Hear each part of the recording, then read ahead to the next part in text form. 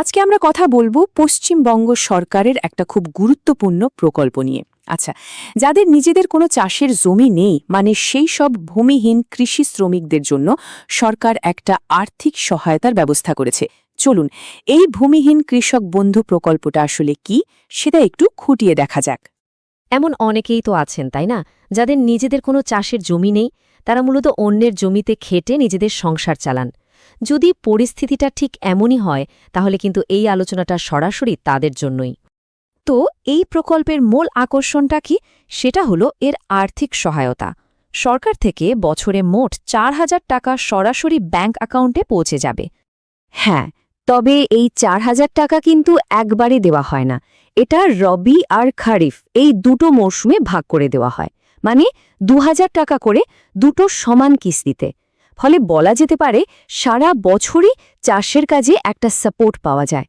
তাহলে এই প্রকল্পের আসল উদ্দেশ্যটা কি? দেখুন, এই স্কিমটা বিশেষভাবে সেই সব মানুষদের সাহায্য করার জন্য বানানো হয়েছে যারা দিনরাত চাষবাসের সঙ্গে যুক্ত, কিন্তু জমির মালিকানা তাদের নিজেদের হাতে নেই।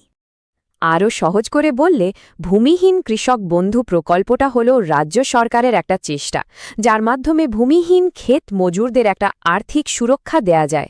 এর মূল লক্ষ্যই হল তাদের একটু স্বনির্ভর করে তোলা। বেশ, এবার আসা যাক সবথেকে জরুরি প্রশ্নে, কারা এই প্রকল্পের জন্য আবেদন করতে পারবেন? চলুন, এর যোগ্যতার শর্তগুলো একদম পরিষ্কার করে দেখে নেওয়া যাক। এখানে কয়েকটা খুব গুরুত্বপূর্ণ শর্ত আছে, যেগুলো মানতেই হবে। প্রথমত, আবেদনকারীকে পশ্চিমবঙ্গের স্থায়ী বাসিন্দা হতেই হবে, আর বয়স হতে হবে ১৮ থেকে ৬০ বছরের মধ্যে।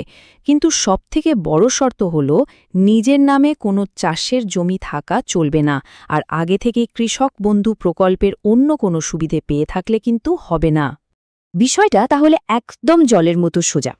একদিকে যেমন পশ্চিমবঙ্গের বাসিন্দা ভূমিহীন কৃষি শ্রমিকরা এই সুবিধাটা পেতে পারেন, তেমনি অন্যদিকে যাদের নিজস্ব জমি আছে বা যারা কৃষক বন্ধু প্রকল্পের অন্য কোনো সুবিধে পাচ্ছেন, তারা কিন্তু এই নির্দিষ্ট প্রকল্পের জন্য আবেদন করতে পারবেন না।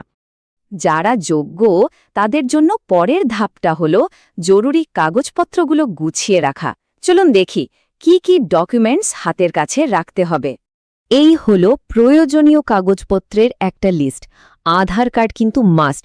এর সাথে লাগবে ভোটার কার্ড, ব্যাংকের পাসবুকের প্রথম পাতার একটা জেরক্স কপি আর একটা পাসপোর্ট সাইজের ছবি। এছাড়া দুটো বিশেষ ফর্ম লাগবে, একটা হলো স্বঘোষণাপত্র আর অন্যটা আধার সম্মতিপত্র।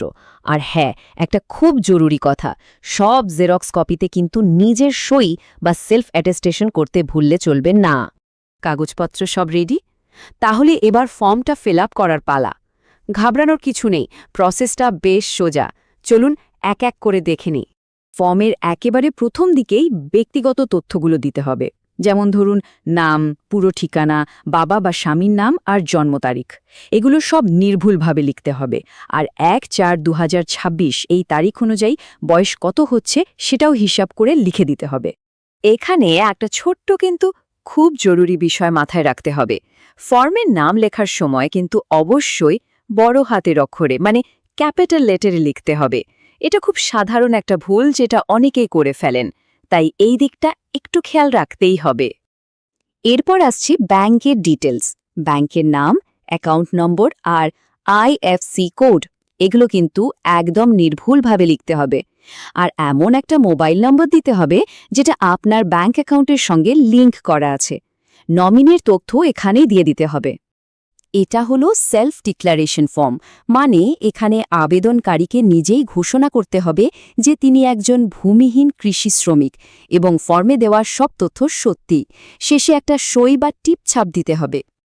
আর এই ফর্মটার মাধ্যমে সরকারকে আধার কার্ডে তথ্য যাচাই করার অনুমতি দেওয়া হয়। এখানেও আবেদনকারীর নাম, ঠিকানা আর আধার নম্বর লিখে একটা সম্মতি জানাতে হয়। ব্যাস, এটুকুই। তো ফর্ম ফিল আপ হয়ে গেলে একদম শেষ, আর সবচেয়ে গুরুত্বপূর্ণ ধাপটা হলো ফর্মটা জমা দেওয়া। চলুন দেখে নিই এটা কোথায় আর কিভাবে করতে হবে। আচ্ছা, এই প্রশ্নটা তো অনেকের মনেই আসছে, তাই না, যে এত কিছুর পরে আবেদনটা কি অনলাইনে করে ফেলা যাবে? এর উত্তরটা হলো না। এখনো পর্যন্ত এই প্রকল্পের জন্য কোনো অনলাইন ব্যবস্থা চালু হয়নি। মানে পূরণ করা ফর্ম আর সব কাগজপত্র নিয়ে সশরীরে দুয়ারে সরকার ক্যাম্প অথবা আপনার নিকটবর্তী ব্লক অফিসে গিয়ে জমা দিতে হবে। আর সবথেকে জরুরি যে কাজটা করতে হবে সেটা হলো ফর্ম জমা দেওয়ার পর ওখান থেকে অবশ্যই একটা রসিদ বা অ্যাকনলেজমেন্ট স্লিপ চেয়ে নিতে হবে। এই রসিদেই কিন্তু আবেদনপত্রের নম্বরটা লেখা থাকবে, যেটা পরে স্ট্যাটাস চেক করতে কাজে লাগবে। এটাই আপনার আবেদনের একমাত্র প্রমাণ। তাহলে এই ছিল প্রকল্পের সমস্ত খুঁটিনাটি। বোঝাই যাচ্ছে এই আর্থিক সহায়তাটা কিন্তু বহু মানুষের জীবনযাত্রায় একটা বড়সড় ইতিবাচক বদল আনার ক্ষমতা রাখে। এখন প্রশ্ন একটাই, যারা যোগ্য তারা এই সুযোগটাকে কতটা কাজে লাগাতে পারবেন?